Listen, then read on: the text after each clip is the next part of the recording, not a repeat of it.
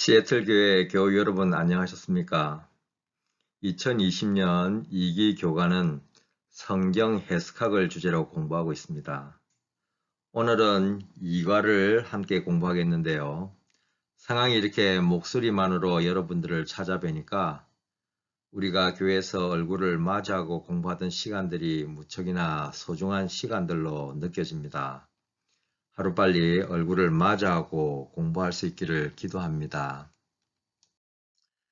오늘은 2과 성경의 기원과 본질을 공부하겠습니다. 먼저 일요일, 월요일, 화요일은 기원에 대한 공부이고 또 수요일과 목요일은 본질에 대한 공부입니다. 이번 주는 성경을 해석하고 이해하는 방식에 영향을 미치는 성경의 기원과 본질에 대하여 몇 가지 기본적인 측면을 고찰하려고 합니다. 기억절은 이러므로 우리가 하나님께 끊임없이 감사함은 너희가 우리에게 들은 바 하나님의 말씀을 받을 때 사람의 말로 받지 아니하고 하나님의 말씀으로 받음이니 진실로 그러하도다. 이 말씀이 또한 너희 믿는 자 가운데서 역사하느니라. 데살로니가전서 2장 13절 말씀입니다. 일요일 소재 거룩한 계시인 성경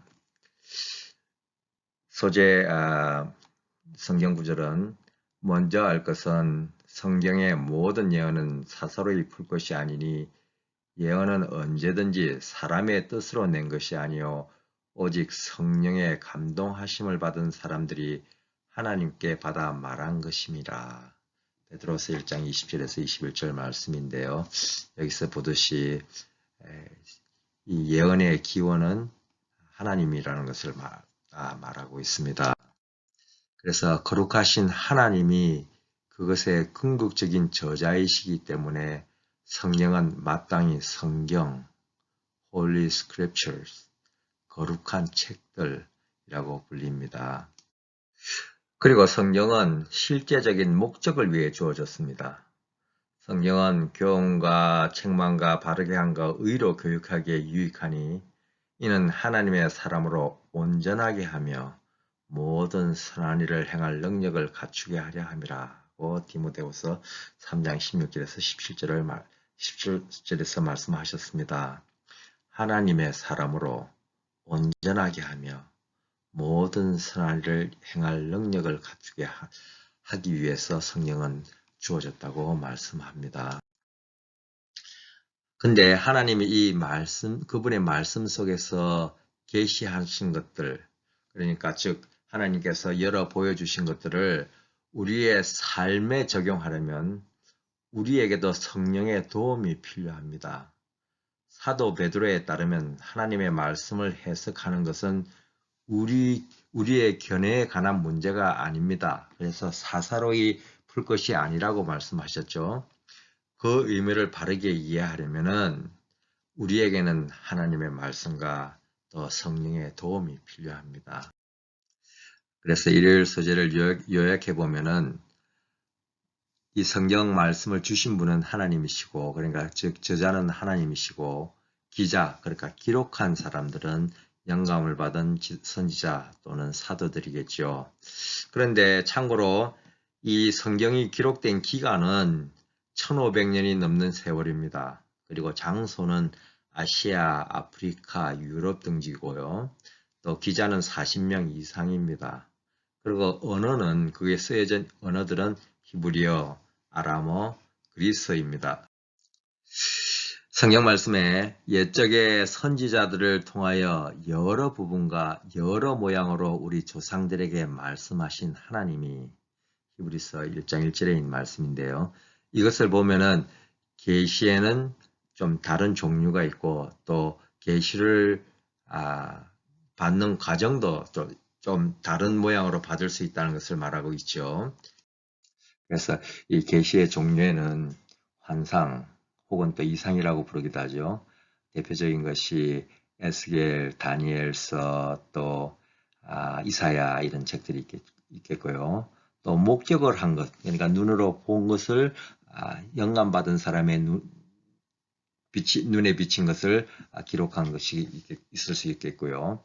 또 기존의 기록물들을 검토해서 영감받은 사람이 그 기록물을 기록한 것이 있습니다. 그 대표적인 것이 누가복음이라고 할 수 있겠죠. 그래서 누가복음 1장 1절에서 3절의 말씀을 보면은 우리 중에 이루어진 사실에 대하여 처음부터 목격자와 말씀의 일꾼된 자들이 전하여 준 그대로 내력을 저술하려고 붓을 든 사람이 많은지라 그 모든 일을 근원부터 자세히 미루어 살핀 나도 데오빌로 각하에게 차례대로 써 보내는 것이 좋은 줄 알았노니 그렇게 해서 기록물을 검토해서 기록한 것이 누가복음입니다.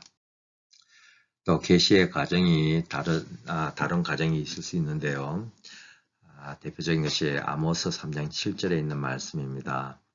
주 여호와께서는 자기의 비밀을 그종 선지자들에게 보이지 아니하시고는 결코 행하심이 없으시리라. 그러니까 하나님께서는 선지자들에게 말씀 먼저 하시고 또 행하신다는 것을 알 수 있습니다. 그리고 이 요한계시록에 보면은 예수 그리스도의 계시라 이는 하나님이 그에게 주사 반드시 속히 일어날 일들을 그 종들에게 보이시려고 그의 천사를 그 종 요한에게 보내어 알게 하신 것이라. 그래서 보면은 하나님께서 예수 그리스도에게 보여주시고 또 예수님께서는 천사들에게 보여주고 천사들을 통해서 요한에게 보여주고 그 요한을 통해서 우리들이 그 계시를 알 수가 있죠. 월요일 영감의 과정. 모든 성경은 하나님의 감동으로 된 것으로 교훈과 책망과 바르게 함과 의로 교육하기에 유익하니 이는 하나님의 사람으로 온전하게 하며 모든 선한 일을 행할 능력을 갖추게 하려 함이라. 디모데후서 3장 16절에서 17절 말씀입니다. 여기에서 우리가 기억해야 될 것은 모든 성경이라 그랬어요. 사람에 따라서 어떤 책은 좀 더 좋아하고 어떤 책은 좀 덜 좋아할 수는 있습니다. 그러나 우리가 기억해야 될 것은 모든 성경이 하나님의 감동으로 된 것이라고 말씀하고 있습니다. 하나님의 감동이라는 말은 God breathed, 하나님의 호흡으로 된 것이라고 말하는 것입니다. 여기에서 하나님의 호흡하면 우리가 기억나는 성경 구절이 있죠. 창세기 2장 7절 여호와 하나님이 땅에 흙으로 사람을 지으시고 생기를 그 코에 불어넣으시니 사람이 생명이 되니라. 흙에 하나님께서 호흡하셨을 때 생명이 되었습니다. 하나님의 호흡으로 만들어진 이 성경 말씀을 믿고 따르는 사람들은 생명을 얻게 되는 것이죠. 아주 귀중한 말씀이라고 생각합니다. 또 베드로후서 1장 20절에서 21절 말씀에는 먼저 알 것은 성경의 모든 예언은 사사로이 풀 것이 아니니 예언은 언제든지 사람의 뜻으로 낸 것이 아니요 오직 성령의 감동하심을 받은 사람들이 하나님께 받아 말한 것임이라. 하나님께서 예언을 주셨고 또 그 주신 예언을 성령의 감동하심을 받은 사람들이 기록했다고 생각할 수 있겠죠. 인간의 언어로 기록된 성경은 하나님을 그 저작자라고 말한다. 그러나 그것은 사람의 손으로 말미암아 기록되었다. 계시된 진리는 모두 하나님의 감동으로 된 것이다. 그러나 그것은 사람들의 말로 표현되어 있다. 화요일 기록된 하나님의 말씀. 여호와께서 모세에게 이르시되 너는 이 말들을 기록하라. 내가 이 말들의 뜻대로 너와 이스라엘과 언약을 세웠음이니라 하시니라. 또 출애굽 17장에는 이것을 책에 기록하고 또 24장에는 모든 말씀을 기록하고 여호수아 24장에도 이 모든 말씀을 하나님의 율법책에 기록하고 에레미야 30장에도 내가 내게 일러준 모든 말을 책에 기록하라. 이렇게 해서 하나님께서는 기록하라고 하셨습니다. 특히 계시록에 보면은 내가 보는 것을 두루마리에 써서 내가 본 것과 지금 있는 일과 장차될 일을 기록하라. 이 말은 신실하고 참되니 기록하라. 내가 이 두루마리의 예언의 말씀을 듣는 모든 사람에게 증언하노니 만일 누구든지 이것들 외에 더하면 하나님이 이 두루마리에 기록된 재앙들을 그에게 더하실 것이요 만일 누구든지 이 두루마리의 예언의 말씀에서 제하여 버리면 하나님이 이 두루마리에 기록된 생명나무와 및 거룩한 성의 참여함을 제하여 버리시리라. 계속 하나님께서는 기록하라고 말씀하십니다. 왜 그러셨을까? 기록을 하면은 잘 기억하죠. 그래서 잘 기억하도록 하기 위해서, 또 정확하게 전달을 하기 위해서. 이 말로 전달을 하면은 몇 사람을 거쳐가면 완전히 다른 뜻이 될 때가 많습니다. 그렇죠? 또 그리고 기록하라고 한 이유는 반복해서 볼 수 있도록, 또 주기적으로 낭독할 수 있도록, 또 보관하기에 편리하도록, 또 다량으로 다수에게 전하도록 여러 시대에 전수하기 위해서 기록하라고 하나님께서는 말씀하십니다. 그래서 하나님은 그분의 계시와 기별을 인간의 언어로 기록하게 하셔서 시대와 장소를 초월하여 많은 사람에게 그분의 뜻이 전달되게 하신다. 수요일 그리스도와 성경 사이의 유사성, 본질에 대해서 공부합니다. 말씀이 육신이 되어 우리 가운데 거하심에 우리가 그의 영광을 보니 아버지의 독생자의 영광이요 은혜와 진리가 충만하더라. 요한복음 1장 14절에 있는 말씀입니다. 그러니까 육화된 하나님의 말씀이 육신이 된 것이죠. 그것이 예수님이시고, 또 기록된 하나님의 말씀이 성경입니다.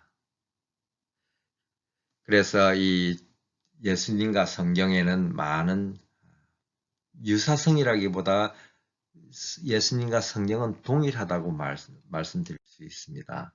보면은 예수님이 성령으로 잉태하여 여자에게서 나신 것처럼 성경도 초자연적인 기원에서 비롯되어 인간을 통해 전달된다. 아주 잘 설명한 성경 구절이 너희가 성경에서 영생을 얻는 줄 생각하고 성령을 연구하거니와 이 성령이 곧 내게 증언하는 것이니라. 성경 자체가 예수님을 증언하는 것이라고 요한복음에 말씀하셨습니다. 그래서 이 기록된 말씀을 통해서 우리는 예수님을 바라봐야 할 것입니다. 우리가 기적이나 이적이나 이런 것을 통해서 볼 것이 아니고 기록된 그 말씀을 가지고 예수님을 바라봐야 되겠습니다. 그래서 여기 좋은 예가 있죠. 빌립이 나다나엘을 찾아 이르되 모세가 율법에 기록하였고 여러 선지자가 기록한 그 일을 우리가 만났으니 요셉의 아들 나사렛 예수니라. 그래서 기록된 말씀을 연구하는 자가 성육신하신 말씀인 예수를 바로 알아봅니다. 목요일, 믿음으로 성경을 이해함. 우리가 성경을 이해하기 위해서는 믿음이 필요한데요. 믿음으로 모든 세계가 하나님의 말씀으로 지은 줄을 우리가 아나니, 또 믿음 없이는 하나님을 기쁘시게 하지 못하나니, 하나님께 나아가는 자는 반드시 그가 계신 것과 또한 그가 자기를 찾는 자들에게 상 주시는 이심을 믿어야 할지니라 라고 히브리서에서 말씀하고 있습니다. 우리가 생물학 또는 사회학에서 사용되는 실험적인 방법으로 수학을 공부하지 않습니다. 또 우리는 역사를 공부할 때 사용하는 도구를 가지고 물리학을 연구하지 않습니다. 마찬가지로 하나님이 계시지 않는 것처럼 성경을 대하는 무신론적인 방법으로는 성경의 영적인 진리가 바르게 이해될 수 없습니다. 오히려 우리는 성경을 해석할 때 하나님의 말씀에 내재되어 있는 신인적인 차원을 진지하게 수용할 필요가 있습니다. 다시 말해서 올바른 성경 연구에 필요한 것은 방법론적인 회의론 또는 의심이 아닌 믿음으로 성경에 다가가는 것입니다. 성경은 영적인 지식의 기초가 믿음이라고 강조합니다.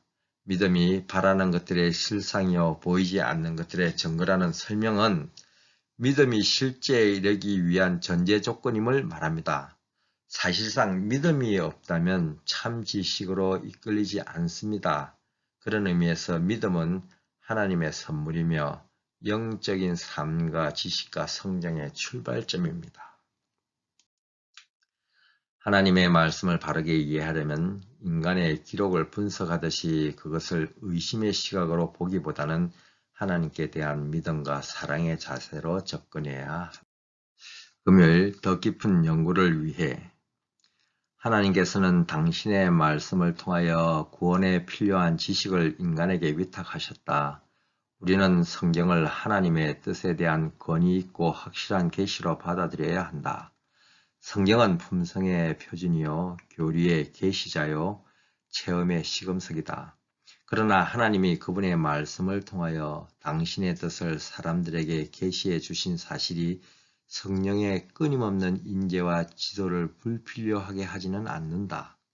오히려 우리 구주께서 성령을 허락하신 것은 그분의 종들에게 말씀을 바로 이해시켜주고 그 교훈을 밝히 알고 실행하게 해주기 위함이었다. 그리고 성경은 하나님의 성령의 감동으로 된 것이므로 성령의 교훈이 성경의 교훈과 반대될 수 없다. 각 시대의 대쟁중에 있는 말씀입니다. 오늘 공부의 요점을 간략해 보면 성경 말씀의 기원은 하나님이시고 그 말씀을 기록한 기자는 성령에 감동된 영감받은 선지자 또는 사도들이며 본질은 예수님이시고 우리가 성경 말씀을 이해하고 실행하기 위해서는 성령의 도움과 믿음이 필요합니다. 다음 한 주도 말씀과 함께 행복하시고 건강한 한 주가 되시기를 기도합니다. 이제 기도를 함께 읽고 마치겠습니다. 믿음의 눈이 없어 놓쳤던 수많은 진실들을 이제 보기 원합니다. 겸손한 마음으로 믿음을 구합니다. 성경을 통해 저의 믿음의 여정이 다시 시작되고 하나님이 약속하신 땅에 이르게 해 주시옵소서.